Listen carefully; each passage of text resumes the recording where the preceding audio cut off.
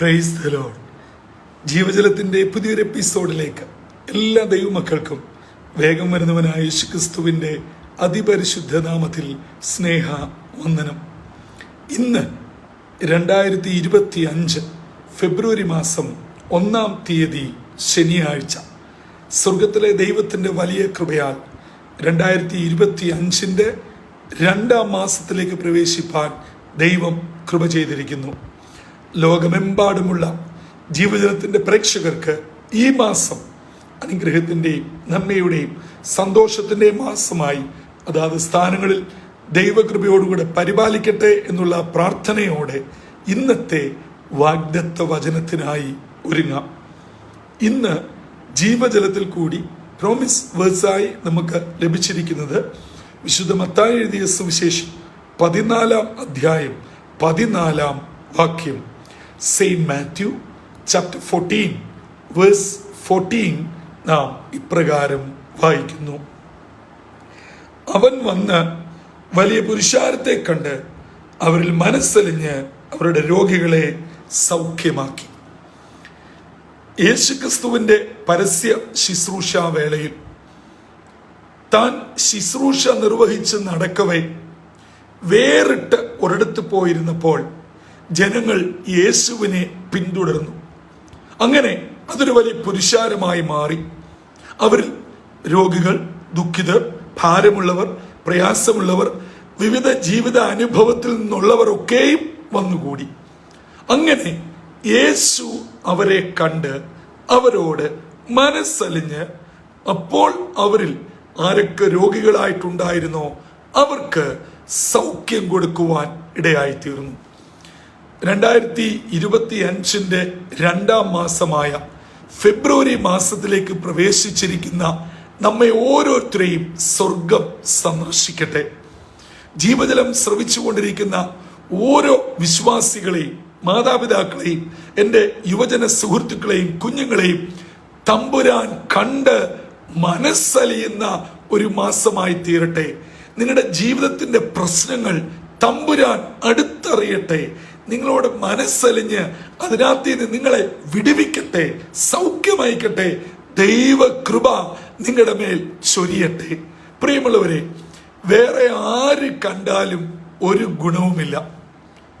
ലോകവൈദ്യന്മാരൊക്കെ നല്ലതാണ്, നമുക്ക് ആവശ്യമാണ്. പക്ഷേ അവസാനം അവരും പറയും, നിങ്ങൾ പ്രാർത്ഥിക്ക്, ഞങ്ങളാൽ ആവുന്നത് ഞങ്ങൾ ചെയ്യുന്നു, ചെയ്യും, ചെയ്തു കഴിഞ്ഞു. എന്നാൽ അവസാനത്തെ റിസൾട്ട് പ്രിയ സഹോദരങ്ങളെ സ്വർഗത്തിലെ ദൈവത്തിന്റെ കയ്യിലാണ്. അതുകൊണ്ട് രേഖകളെ മാറ്റി എഴുതുവാൻ കഴിവുള്ള സ്വർഗത്തിലെ ദൈവമാണ് നമ്മുടെ ദൈവം. ഈ 1-ാം തീയതി രാവിലെ വിവിധ വിഷയത്തിൽ വ്യാകുലപ്പെട്ട്, ഭാരപ്പെട്ട്, സങ്കടപ്പെട്ട്, വേദനയോട് നിങ്ങൾ ഈ ദൈവവചനം കേൾക്കുകയാണോ? നിങ്ങളുടെ വേദന തമ്പുരാൻ കാണട്ടെ, തമ്പുരാൻ മനസ്സലിയട്ടെ. വിടുതൽ വേണ്ട ഓരോരുത്തർക്കും അവരവരുടെ ആവശ്യം അറിഞ്ഞ് കർത്താവ് വിടുതലും സൗഖ്യവും വിമോചനവും അനുഗ്രഹവും നൽകുന്ന ഒരു ധന്യമാസമായി തീരട്ടെ. അതിന് നമ്മൾ എങ്ങും പോകണ്ട, ഒരു കർമ്മമാർഗങ്ങളും ചെയ്യണ്ട, ഒരു യാത്രകളും നടത്തണ്ട, ഒരു രൂപ പോലും മുടക്കണ്ട. നിങ്ങൾ എവിടെ ആയിരിക്കുന്നോ അവിടെ മുഴങ്കാലും മടക്കി ദൈവകരങ്ങളിൽ ഏൽപ്പിക്കുക. നിശ്ചയമായും നമ്മെ കണ്ട്, നമ്മുടെ അവസ്ഥ കണ്ട്, നമ്മുടെ കണ്ണുനീരും ഉപവാസവും കണ്ട് ഹല്ലേലൂയ മനസ്സലിയുന്ന ഒരു കർത്താവ് ഇന്ന് ജീവിക്കുന്നു.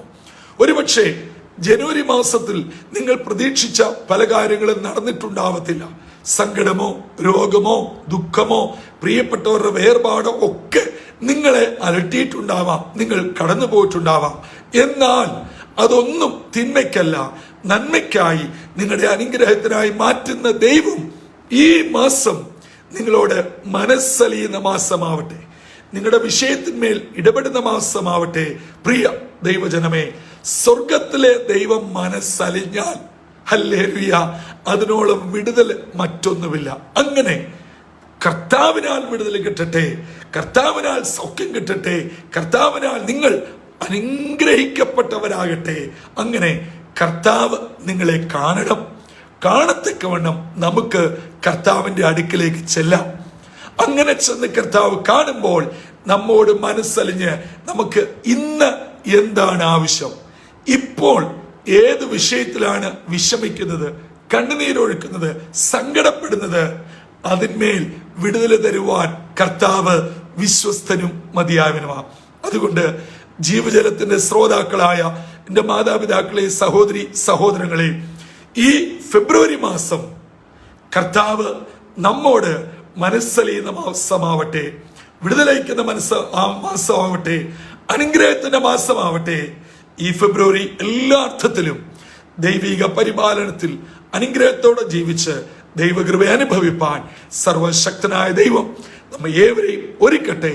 അതിനായി നമ്മെ തന്നെ താഴ്ത്തി ഏൽപ്പിക്കാം, തലകളെ വണക്കാം, പ്രാർത്ഥിക്കാം. പരിശുദ്ധനായ ദൈവമേ, സ്വർഗീയ പിതാവേ, 2025 രണ്ടാം മാസത്തിലേക്ക് അവിടുന്ന് ഞങ്ങളെ പ്രവേശിപ്പിച്ചല്ലോ. ഓരോ ദിനവും അവിടുന്ന് ഞങ്ങളെ പോറ്റിപ്പുലർത്തുന്ന കൃപകൾക്കായി സ്തോത്രം. പുരുഷാരത്തെ കണ്ട് മനസ്സലിഞ്ഞ് അവരിലുണ്ടായിരുന്ന രോഗികൾക്ക് സൗഖ്യം കൊടുത്തുവെങ്കിൽ ഇതാ ഞങ്ങളുടെ ചില വേദനകളുമായി, ഭാരങ്ങളുമായി, കുഞ്ഞുങ്ങളുമായി, സഭയുമായി, കുടുംബമായി, ഞങ്ങളുടെ പ്രാർത്ഥനാ വിഷയമായി അപ്പന്റെ അടുക്കിലേക്ക് അടുത്തു വരുന്നു.